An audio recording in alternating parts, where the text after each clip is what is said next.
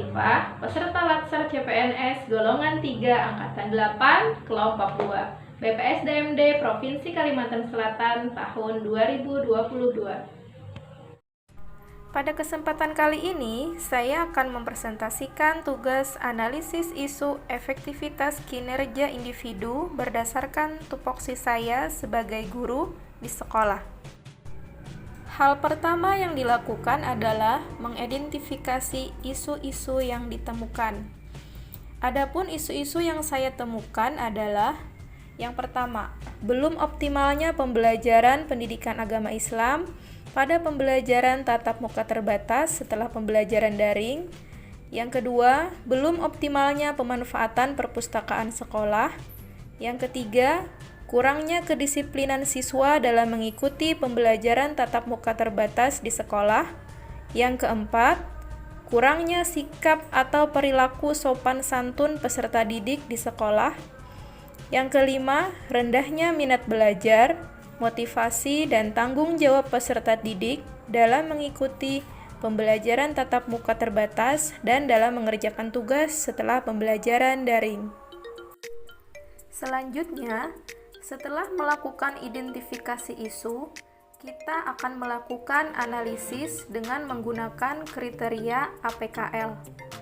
Analisis APKL ini adalah alat yang digunakan untuk menentukan urutan prioritas isu yang akan diselesaikan berdasarkan kriteria, yaitu A, yaitu aktual, adalah isu yang sedang terjadi atau dalam proses kejadian atau diperkirakan bakal terjadi dalam waktu dekat.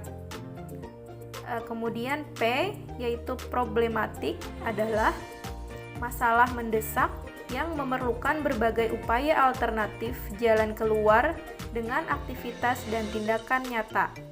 Selanjutnya K, yaitu kekhalayakan, adalah menyangkut hajat hidup orang banyak, masyarakat pada umumnya, bukan untuk seseorang atau sekelompok. Yang terakhir L, yaitu layak atau kelayakan, adalah logis, pantas, realitas, dapat dibahas sesuai dengan tugas, hak, kewenangan, dan tanggung jawab. Berikut adalah hasil analisis APKL yang disajikan dalam bentuk tabel.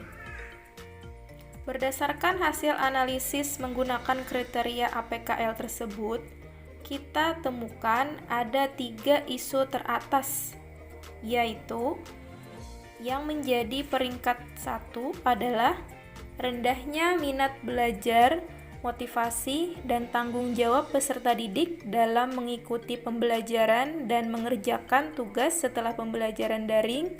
Kemudian, isu yang menjadi peringkat kedua adalah kurangnya sikap atau perilaku sopan santun peserta didik di sekolah setelah pembelajaran daring. Dan peringkat yang ketiga yaitu kurangnya kedisiplinan peserta didik dalam mengikuti pembelajaran tatap muka terbatas di sekolah. Kemudian, dari 3 isu teratas tersebut yang telah kita analisis dengan menggunakan kriteria APKL, kita akan analisis lagi dengan menggunakan analisis USG, yang mana analisis USG ini bertujuan untuk menyeleksi isu yang nantinya akan menjadi isu utama yang akan diselesaikan. Analisis USG mempertimbangkan tingkat kepentingan, keseriusan, dan perkembangan setiap variabel dengan rentang skor 1-5 sama dengan analisis APKL sebelumnya. Kemudian apa itu USG? USG dari kata U, yaitu urgensi, adalah seberapa mendesak isu tersebut dibahas dikaitkan dengan waktu yang tersedia, serta seberapa keras tekanan waktu tersebut untuk memecahkan masalah yang menyebabkan isu.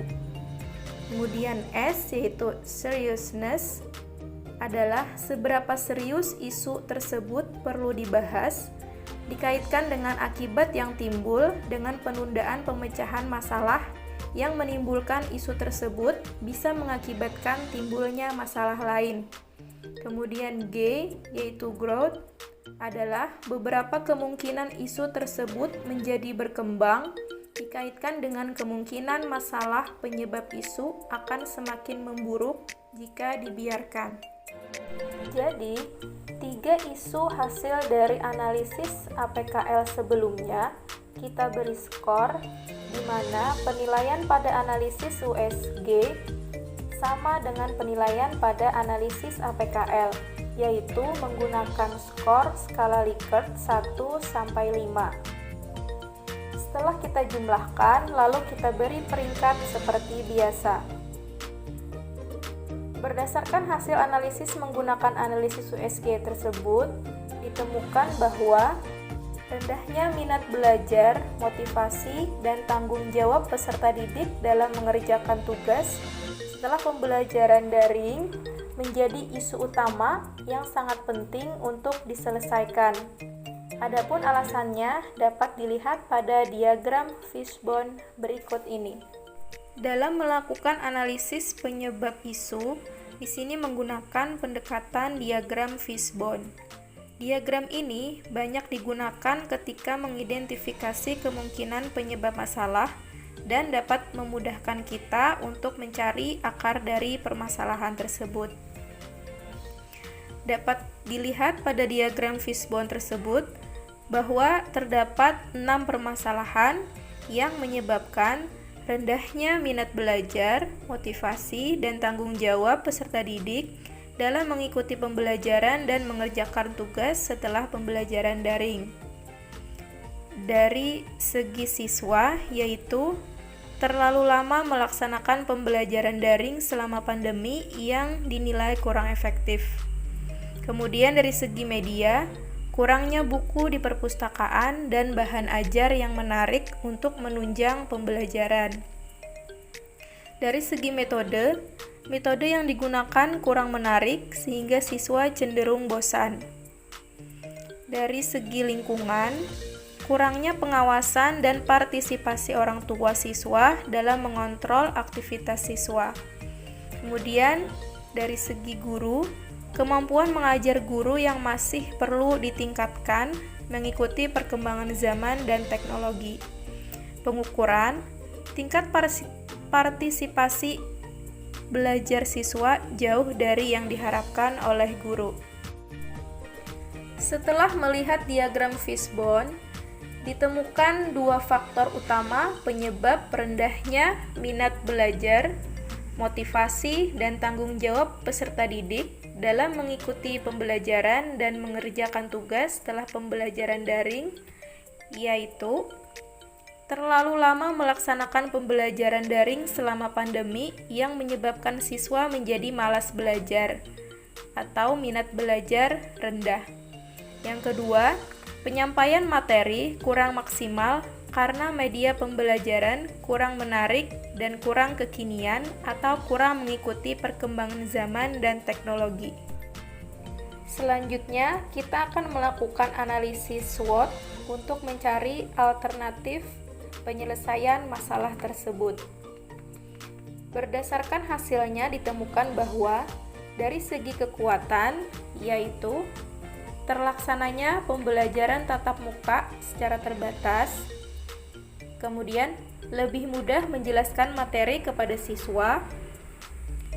Dari segi kelemahan, terlalu lama melaksanakan pembelajaran daring selama pandemi yang menyebabkan siswa menjadi malas.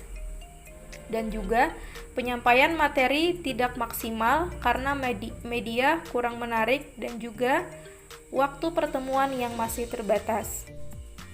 Peluangnya, meningkatnya motivasi belajar dan tanggung jawab siswa, dan tersedia media pembelajaran yang menarik dan nilai siswa meningkat.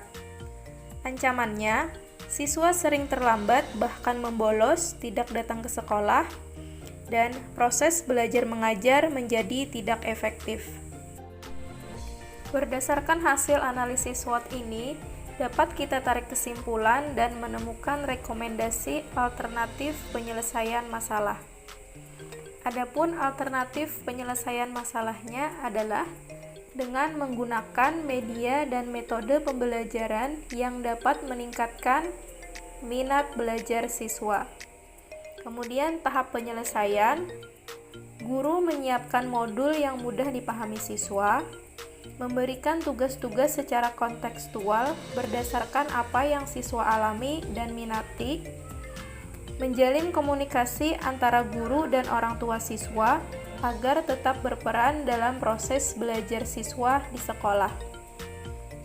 Kemudian hasil yang diharapkan, minat belajar siswa meningkat, motivasi dan tanggung jawab siswa dalam mengikuti pembelajaran dan mengerjakan tugas mengalami peningkatan, dan juga kemampuan mengajar dan kreativitas guru baik dalam merancang pembelajaran, metode, dan juga dalam pemanfaatan media pembelajaran semakin meningkat.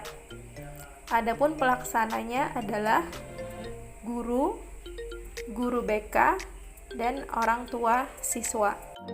Sekian dari saya untuk hari ini. Semoga bermanfaat. Sampai jumpa pada kesempatan berikutnya. Terima kasih. Assalamualaikum warahmatullahi wabarakatuh.